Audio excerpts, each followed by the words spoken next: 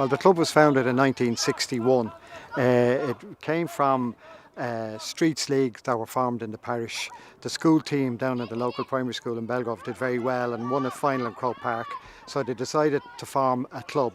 Now, prior to that, there had been two other attempts at finding a club. One, a club called the Brian Boru's, lasted about 30 or 40 years, and then there was a club founded in the 1950s. But in 1961 the present club was founded, and they played their first matches on this pitch here. It was called then at that time Sean McDermott's pitch because that was the name of the club who originally had use of it. And after a while then the club grew and grew. Initially it was a hurling club, and that kind of faded in the 1970s, and football became very strong. Then by the 1980s hurling was founded again, and hurling and football, and then camogie came into the club, and then ladies football.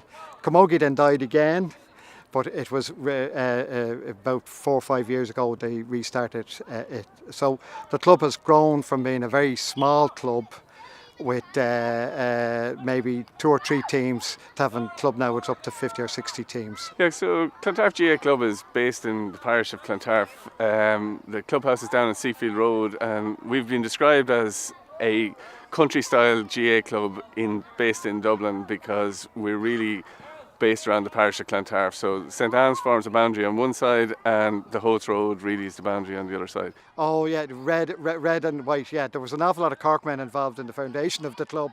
The principal up in Belgrove at the time was a man called Micheál Keller, and he was a Corkman, and there was a few other Corkmen involved in it, and so they insisted on us wearing red and white. They reckoned that the red, the way it inspired the bull, so it would give a bit of strength and a bit of get up and go in the teams. But I think that the actual parish colours are red and blue, and the other clubs in the parish all wear red and blue. The club has grown from strength to strength over the years. We've massive numbers at juvenile level now. We would have over 1,300 children under the age of 18. The kids come because they're pals in school and they come to play, and they turn up to train. Sort of an average group age group is about 50 kids. So the training is intense every week. Everybody turns up to training, turns up to the matches. They're very committed.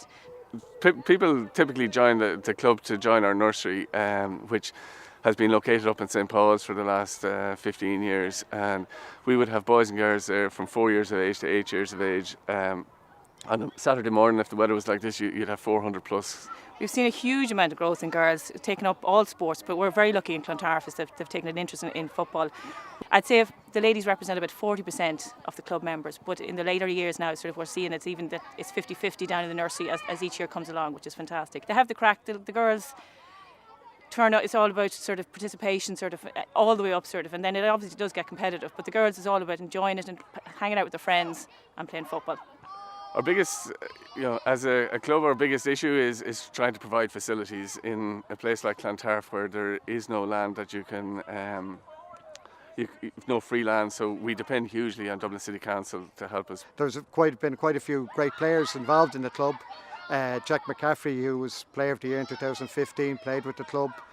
Jim Ronayne was the first man to win a Senior All-Ireland medal with the club in 1983, and Jack's father Nolan McCaffrey won an All-Star playing with Dublin in 1985. But in the last few years, last year in particular was a superb year for the club because we won hurling championships and football championships, and everything went right.